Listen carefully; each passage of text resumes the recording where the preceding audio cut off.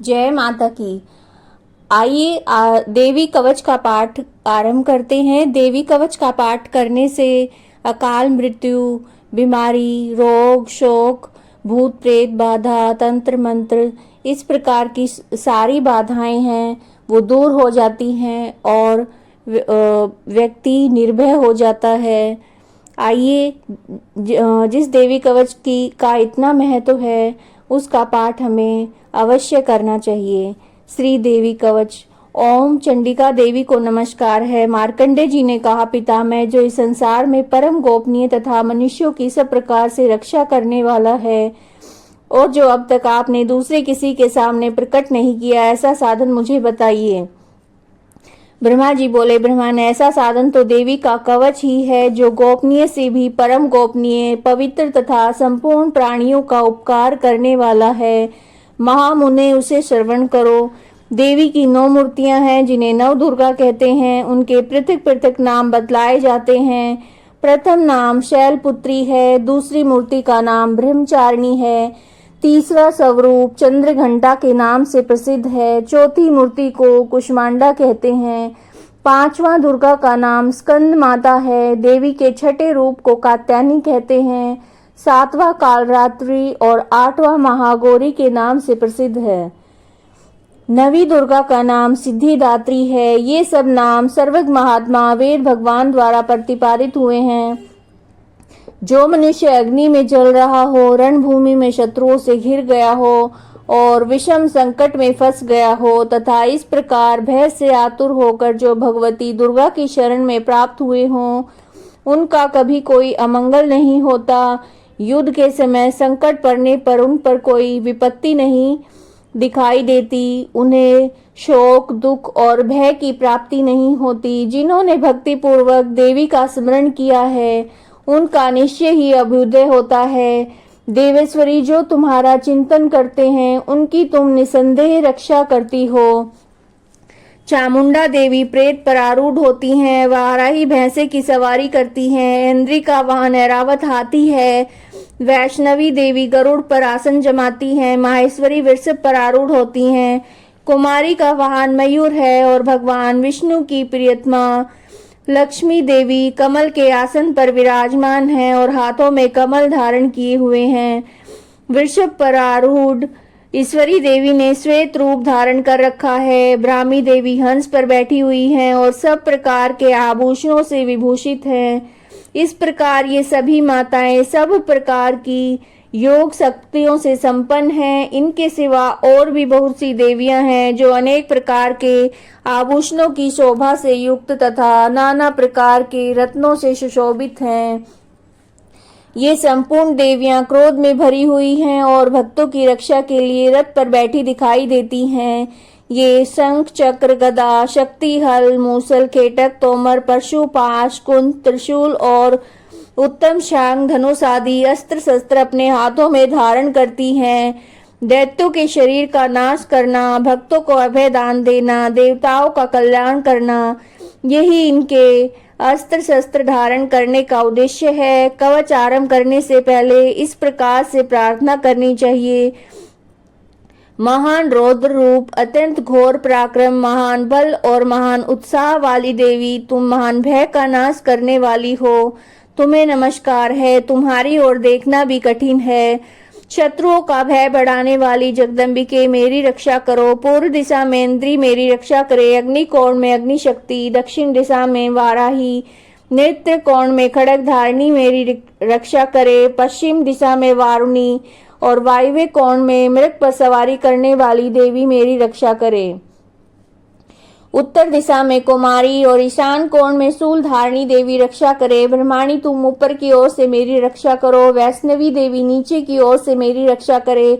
इस प्रकार शव को अपना वाहन बनाने वाली चामुंडा देवी 10 दिशाओं में मेरी रक्षा करे। जया आगे से और बीजा पीछे की ओर से मेरी रक्षा करे। वाम भाग में अजिता और दक्षिण भाग में अपराजिता रक्षा करे। उद्योतनी शिखा की रक्षा करे। उमा मेरे मस्तक पर विराजमान होकर रक्षा करे। ललाट में मालाधारी रक्षा करे। यशस्विनी देवी मेरे मोहों का संरक्षण करे। भौहों के मध्य भाग में त्रिनेत्रा और नथनों की यमघंटा देवी रक्षा करे। दोनों नेत्रों के मध्य भाग में शंखनी और कानों में द्वारवासिनी रक्षा करे। कालिका देवी कपोलों की तथा भगवती शंकरी कानों के मूल भाग की रक्षा करे। नासिका में सुगंधा और ऊपर के होठ में चर्चिका देवी रक्षा करे। नीचे के होठ में अमृत कला तथा जिह्वा में सरस्वती देवी रक्षा करे। कुमारी दांतों की चंडिका कंठ प्रदेश की रक्षा करे। चित्र घंटा गले की घाटी की और महामाया तालु में रहकर रक्षा करे।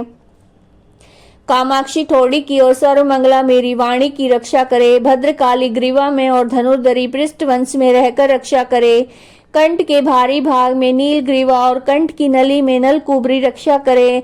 दोनों कंधों में खड़गनी और दोनों भुजाओं की वज्रधारणी रक्षा करे। दोनों हाथों में दंडनी और अंगुलियों में अंबिका रक्षा करे। सुलेश्वरी नखों की रक्षा करे। कुलेश्वरी कुक्षी में रहकर रक्षा करे। महादेवी दोनों सतनों की और शोक विनाशनी देवी मन की रक्षा करे। ललिता देवी हृदय में और शूल धारणी उदर में रहकर रक्षा करे। नाभि में कामनी और गुह भाग में गुहेश्वरी रक्षा करे। पूतना और कामिका लिंग की महिषवाहिनी गुदा की रक्षा करे। भगवती कटी भाग में और विंध्यवासिनी घुटनों की रक्षा करे। संपूर्ण कामनाओं को देने वाली महाबला देवी दोनों पिंडलियों की रक्षा करे। नासी दोनों घुटियों की और तेरसी देवी दोनों चरणों के पृष्ठ भाग की रक्षा करे। श्री देवी पैरों की उंगलियों में और तलवासनी पैर के तलवों में रहकर रक्षा करे। अपनी धाड़ों के कारण भयंकर दिखाई देने वाली दृष्टा कराली देवी नखों की और रुद्रकेशनी देवी केशों की रक्षा करे। रोमावलियों के छिद्रों में कोवेरी और त्वचा की बागेश्वरी देवी रक्षा करे। पार्वती देवी रक्त मज्जा वसा मांस हड्डी और मैदे की रक्षा करे। आंतों की कालरात्रि और पित्त की मुक्तेश्वरी रक्षा करे। मूलाधार आदि कमल कोशों में पद्मावती देवी और कफ में चूड़ामणि देवी स्थित होकर रक्षा करे। नख के तेज की ज्वालामुखी रक्षा करे। जिसका किसी भी अस्त्र से भेदन नहीं हो सकता, वह अभेद्य देवी शरीर की समस्त संधियों में रहकर रक्षा करे। ब्रह्माणी आप मेरे वीर्य की रक्षा करें। क्षत्रेश्वरी छाया की तथा धर्म धारिणी देवी मेरे अहंकार मन और बुद्धि की रक्षा करे। हाथ में वज्र धारण करने वाली वज्रहस्ता देवी मेरे प्राण अपान व्यान उदान समान वायु की रक्षा करे। कल्याण से सुशोभित होने वाली भगवती कल्याण शोभना मेरे प्राण की रक्षा करे। रस रूप गंध शब्द स्पर्श इन विषयों का अनुभव करते समय योगिनी देवी रक्षा करे। सत्वगुण रजोगुण और तमोगुण की सदा नारायणी देवी रक्षा करे। वाराही आयु की रक्षा करे। वैष्णवी धर्म की रक्षा करे। चक्रनी देवी यश कीर्ति लक्ष्मी तथा धन और विद्या की रक्षा करे। इंद्राणी आप मेरे गोत्र की रक्षा करे। चंडिके तुम मेरे पशुओं की रक्षा करो। महालक्ष्मी पुत्रों की रक्षा करे। भैरवी पत्नी की रक्षा करे। मेरे पथ की सुपथा और मार्ग की क्षेमकरी रक्षा करे। राजा के दरबार में महालक्ष्मी रक्षा करे। सब और व्याप्त रहने वाली विजया देवी संपूर्ण भयों से मेरी रक्षा करे। देवी जो स्थान कवच में नहीं कहा गया था रक्षा से रहित है, वह सब तुम्हारे द्वारा सुरक्षित हो, क्योंकि तुम विजयशालिनी और पाप नाशनी हो। यदि अपने शरीर का भला चाहे तो मनुष्य बिना कवच के कहीं एक पग भी न जाए, कवच का पाठ करके ही यात्रा करे। कवच द्वारा सब ओर से सुरक्षित मनुष्य जहाँ जहाँ जाता है वहाँ वहाँ उसे धन लाभ होता है तथा संपूर्ण कामनाओं की सिद्धि करने वाली विजय की प्राप्ति होती है। वह जिस जिस भी अभिष्ट वस्तु का चिंतन करता है उसे वह निश्चय ही प्राप्त कर लेता है। वह पुरुष इस पृथ्वी पर तुलना रहित मान ऐश्वर्य का भागी होता है। कवच से सुरक्षित मनुष्य निर्भय हो जाता है। युद्ध में उसकी पराजय नहीं होती। वह तीनों लोकों में पूजनीय होता है। देवी का यह कवच देवताओं के लिए भी दुर्लभ है। जो प्रतिदिन नियम पूर्वक तीनों संध्याओं के समय श्रद्धा के साथ इसका पाठ करता है उसे देवी कला प्राप्त होती है तथा वह तीनों लोकों में कहीं भी पराजित नहीं होता। इतना ही नहीं, वह मृत्यु से रहित होकर 100 से भी अधिक वर्षों तक जीवित रहता है। मकड़ी चेचक कोढ़ आदि संपूर्ण व्याधियां नष्ट हो जाती हैं। कनेर भांग अफीम धतूरे आदि का स्थावर विष, सांप बिच्छू के काटने से चढ़ा हुआ जंगम विष, फेन और तेल के संयोग से बनने वाला कृत्रिम विष, ये सभी प्रकार के विष दूर हो जाते हैं। इसका कोई असर नहीं होता। इस पृथ्वी पर मारण मोहन आदि जितने भी अभिचारिक प्रयोग होते हैं तथा इस प्रकार के जितने भी मंत्र यंत्र होते हैं वे सब इस कवच को हृदय में धारण कर लेने पर उस मनुष्य को देखते ही नष्ट हो जाते हैं। यही नहीं, पृथ्वी पर विचरने वाले ग्राम देवता, आकाशचारी देव विशेष, जल के संबंध में प्रकट होने वाले गण, उपदेश मात्र से सिद्ध होने वाले निम्न कोटि के देवता, अपने जन्म के साथ प्रकट होने वाले देवता, कुल देवता, माला, डाकनी, शाकनी, अंतरिक्ष में विचरने वाली अत्यंत बलवती भयानक डाकनियां, ग्रह, भूत, पिशाच, यक्ष, गंधर्व, राक्षस, ब्रह्म राक्षस, बेताल, कुष्मांड और भैरव आदि अनिष्ट कारक देवता भी हृदय में कवच धारण किए रहने पर उस मनुष्य को देखते ही भाग जाते हैं। कवचधारी पुरुष को राजा से सम्मान वृद्धि प्राप्त होती है। यह कवच मनुष्य के तेज में वृद्धि करने वाला उत्तम है।